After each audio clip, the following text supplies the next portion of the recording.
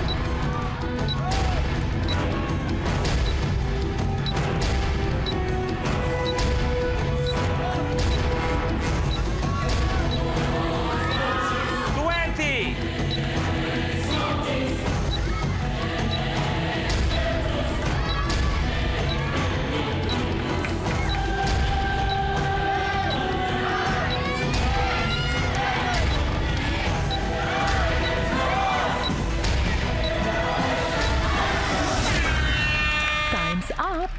Sorry, Don. Kinapos ng oras, hindi nagawa ang ultimate challenge. Walang 1 million. But we are saying goodbye. Meron ka pa rin 70,000 pesos. Kung hindi mo nakuha ang 1 million, babalik ka pa naman para sa ultimate last man standing kung saan 2 pangalan na lang ang hinihintay natin for another chance at 1 million pesos. Players!